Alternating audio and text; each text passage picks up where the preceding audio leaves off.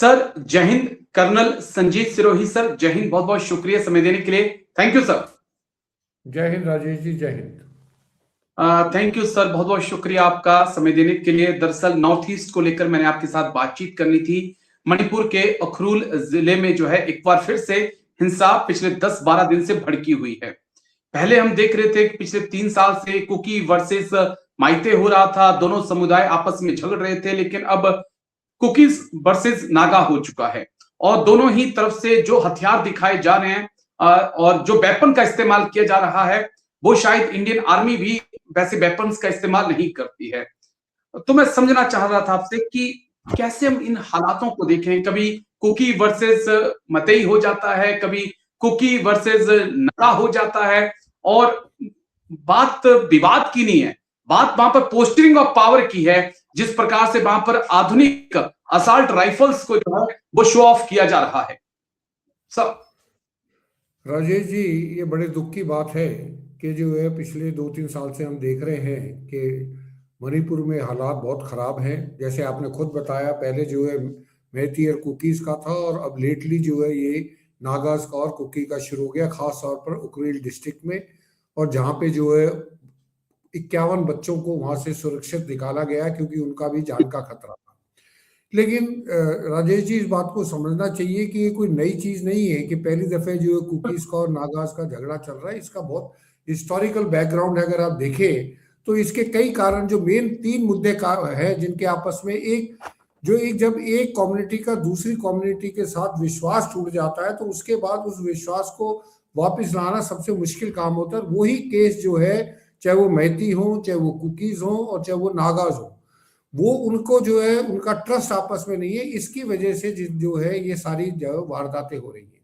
अभी 3 मेन जो कारण जो इनके मिसट्रस्ट के है, वो है, पहला है टेरिटोरियल क्लेम्स, नंबर दूसरा हिस्टोरिकल एथनिक टेंशन, और नंबर तीसरा है कंपटीशन फॉर लैंड ओनरशिप। ये 3 है।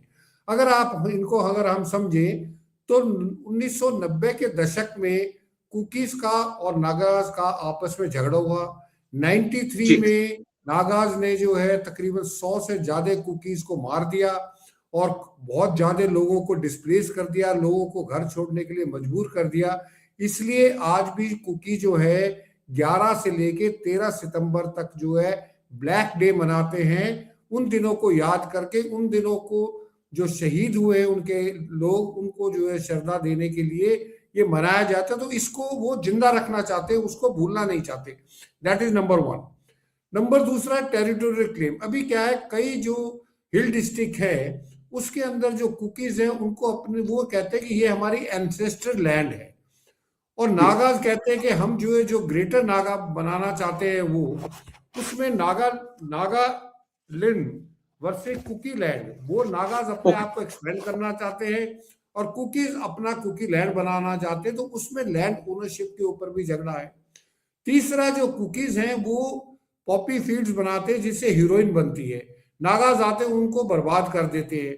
और उसके बाद अगर कॉलोनियल हिस्ट्री देखे जाए, ब्रिटिश टाइम में ब्रिटिशर्स ने, क्योंकि ब्रिटिशर्स का काम था डिवाइड एंड रूल, तो उन्होंने क्या किया था, कुकीज को एक बफर बना दिया था ताकि नागा जब अटैक करते थे उसके बीच में कुकीज आ जाते थे तो ब्रिटिशर्स के ऊपर अटैक नहीं होता था। तो इसी तरीके से, और सबसे बड़ा कारण जो, जैसे आपने कहा कि उनके पास आधुनिक हथियार है, ये जो इलीगल इमिग्रेंट्स जो म्यांमार से आ रहे हैं उनमें से काफी जो है कुकीज हैं, और वो अपने साथ हथियार लेके आ रहे हैं, उनको जो कुकीज वहां पे सेटल करा रहे हैं। तो नागाज को ये फिक्र है कि डेमोग्राफिक चेंज आने से ऐसा ना हो कि नागाज अपने ही इलाके में माइनॉरिटी में चले जाएं और कुकीज ज्यादा हो जाए। तो ये 4-5 कारण हैं जिनकी वजह से ये फ्लेयर अप होता रहता है। और 1990 के दशक में तीन नहीं बल्कि 5 साल तक इन आपस में इनके झगड़े चले। उनके बाद जो है इनका एग्रीमेंट हुआ, एग्रीमेंट के बाद जो है नागाज के साथ, लेकिन जो कुकीज हैं उस एग्रीमेंट से सहमत नहीं थे, खुश नहीं थे, इसलिए टाइम टू टाइम जो कुकीज इनके ऊपर हमला करते हैं, ये इनके ऊपर हमला करते हैं। राजेश जी, बस 1-2 पॉइंट जो मैं आपसे और समझना चाहूंगा, क्योंकि आपने एक बहुत लंबा आर्मी में सर्व किया है, बहुत एक्सपीरियंस सर आपके पास है, जम्मू कश्मीर से लेके नॉर्थ ईस्ट में भी आप रहे, मैंने भी सर्व किया। लेकिन इस प्रकार से वेपन की पोस्टिंग जो की जा रही है, चाहे वो पीएलए हो या के कुकी नेशनल फ्रंट हो या एनएससीएन हो, हमने जम्मू कश्मीर में भी इस प्रकार से आतंकियों के पास इतने गट्स नहीं देखे कि वो शो ऑफ करें वेपन्स को, क्योंकि उन्हें पता कि अगर एक बार वेपन्स के साथ दिखाई पड़े तो आरआर अगले 48 घंटे में उनको जहन्नुम में पहुंचा देगी, हूरों के पास पहुंचा देगी। लेकिन यहां पर हम देखते हैं कि जमकर सेलिब्रेशन होता है, हथियार दिखाए जाते हैं, लेकिन एक्शन नील। सिक्योरिटी फोर्सेस की तरफ से आर्मी भी शामिल है, उसमें असम राइफल भी शामिल है।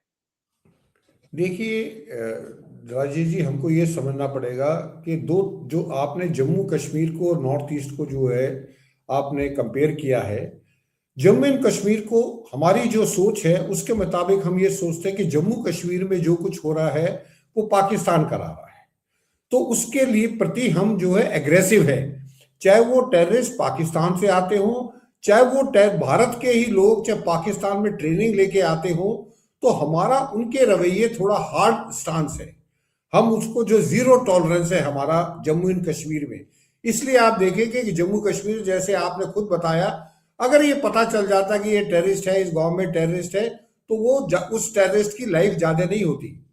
लेकिन नॉर्थ ईस्ट के जो टेररिस्ट है उनकी लाइफ ज्यादा। आप देखिए नागाज के जो इंसर्जेंट्स थे कितने सालों तक रहे, ठीक है, उनके जो भी इंसर्जेंट ग्रुप्स है, जो उनके लीडर्स हैं, उनको कुछ नहीं होता। लेकिन अगर जम्मू एंड कश्मीर में कोई लीडर है तो उसको आप देखेंगे, जम्मू एंड कश्मीर में कोई भी लीडरशिप जो टेररिस्ट की है वो 2-4 महीने से ज्यादा उसकी लाइफ नहीं होती। उसके बाद या तो वो मार दिया जाता है या वो वापस पाकिस्तान चले जाता है। लेकिन यहाँ पे जो क्या है, यहाँ पे हम ये सोचते हैं कि ये लोग, चाहे वो नागाज हैं, कुकीज हैं या मेहतीज हैं या और भी जो इंसर्जेंट्स ग्रुप्स है, उनके प्रति हमारा सॉफ्ट स्टांस है। वो इसलिए क्योंकि उनको हम अपना समझते हैं। हम ये सोचते हैं कि ये हमारे भारत के लोग हैं, ये मिसगाइडेड यूथ हैं, इनको हमारा काम है इनको किसी तरीके से गाइड करके मेन स्ट्रीम में लेके आना। इसलिए हम ये उनके बावजूद इसके उनके पोस्टरिंग करने के, उनके हथियार दिखाने के, उनके जो वो वीडियोस जाहिर करते हैं या फोटो जाहिर करते हैं, उसमें वो दिखाते हैं कि हम कितने पावरफुल है, हमारा कोई नहीं बिगाड़ सकता। ऐसा नहीं कि वहां पे जाके जो फौज जम्मू एंड कश्मीर में वहां जाके वो कमजोर हो जाती है, या जो आसाम राइफल्स है वो कमजोर है या राष्ट्र राइफल, ऐसा नहीं है। लोग वही हैं, सिक्योरिटी यूनिट्स वही हैं, सारी चीज वही है, लेकिन वहां पे हमारा थोड़ा सॉफ्ट कॉर्नर रहता है क्योंकि उनको हम अपना समझते हैं और हम ये सोचते हैं मिसगाइडेड है, इनको अगर गाइड कर दिया जाए तो मेन स्ट्रीम में आ जाएंगे। राजेश जी, लेकिन क्या ये बस उसी एक जो अपना समझने की जो भावना है, क्या उसी का एक गलत इस्तेमाल नहीं किया जा रहा है? और क्या ये जरूरी नहीं है कि कुकी, नगा, माइते, जिसके पास भी अगर वेपन्स हैं, चाहे वो एसएलआर है, AK-47 है, AK-203 है या अमेरिकन वेपन्स, कोई भी वेपन है, और वो एक ऑर्डर, सख्त ऑर्डर पास किया जाए कि आपको 30 दिन का समय दिया जा रहा है, ये वेपन्स जमा करिए, नहीं तो हम आपको उग्रवादी मानेंगे, और वही कार्रवाई होगी जो जम्मू कश्मीर में हम करते हैं। क्योंकि जब तक वेपन रहेंगे सर, शांति की उम्मीद करना तो मुझे लगता है कि नाइंसाफी है। बिल्कुल आपकी बात से मैं बिल्कुल सहमत हूँ। लेकिन राजेश जी, कई दफे जो है आप देखिए, अगर हम अपने पड़ोस में देखें, पाकिस्तान ने बलूचिस्तान में पूरी कोशिश करी जूते से रगड़ने की, उन्होंने अपनी तरफ से पूरी कोशिश की, लेकिन उनके हिसाब से जो इंसर्जेंसी है वो अभी तक खत्म नहीं हुई। उसी तरीके से आप खैबर पख्तूनवा में चले जाए, वहां पे इंसर्जेंसी जो है, टेररिस्ट है, वो खत्म नहीं हुई। तो ये जो डंडे का जोर है या हथियारों का जोर है, जिससे हम, ऐसा नहीं है कि हम जो ये टेररिस्ट हैं या इंसर्जेंट्स हैं नॉर्थ ईस्ट में, हम इनको खत्म नहीं कर सकते, हम इनको खत्म कर सकते हैं। लेकिन उससे जो कोलेटरल डैमेज होता है, उससे अगर हम 3 इंसर्जेंट्स को या 5 इंसर्जेंट्स को मारते हैं, तो उसमें जो कोलेटरल डैमेज होगा बाकी सिविलियंस का, उससे जो है नुकसान होने के ज्यादा चांसेस है। तो मारने से जो हमको फायदा होगा उससे नुकसान ज्यादा है। तो हम ये चाहते हैं कि उनको नुकसान ना करके जो आम पब्लिक है उसके अंदर रोष नहीं आना चाहिए। उनको ये नहीं लगना चाहिए कि ये जो सेंट्रल गवर्नमेंट है, ये स्टेट गवर्नमेंट है, ये हमारी नहीं है, हमारे खिलाफ है। जिस दिन वो हो गया तो हम क्या, कोई भी देश उस इंसर्जेंसी को कंट्रोल नहीं कर पाएगा। तो मेरा ये मानना है कि हमको नॉर्थ ईस्ट में थोड़ा सा सॉफ्ट रहना पड़ेगा, और जैसे वो कहते हैं, एक तरीके से थोड़ा प्यार से समझाएं, प्यार से नहीं थोड़ा सा थप्पड़ मारो, फिर जो है थोड़ा प्यार करो, इस तरीके से हमको उनके साथ करना पड़ेगा।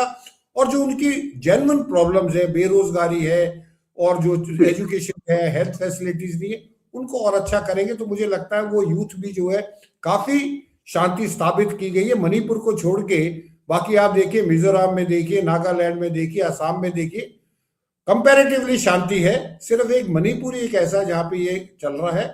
इसको भी मेरे को लगता है आने वाले समय में हम इसको भी कंट्रोल कर, ऐसी हम उम्मीद भी करते हैं, क्योंकि मणिपुर से बहुत होनहार खिलाड़ी और बहुत अच्छे सोल्जर और अफसर निकल कर आते हैं। शांति रहेगी तो शायद और अच्छे बच्चे वहां से निकल कर आएंगे जो देश की सेवा करेंगे। लेकिन शुक्रिया, बहुत बहुत शुक्रिया कर्नल संजीत सिरोही सर, आप आए और इस बेहद अहम मुद्दे पर इतनी स्पष्टता से आपने बात की। थैंक यू सर, जय हिंद, take care sir, thank you. जय हिंद राजेश जी, जय हिंद।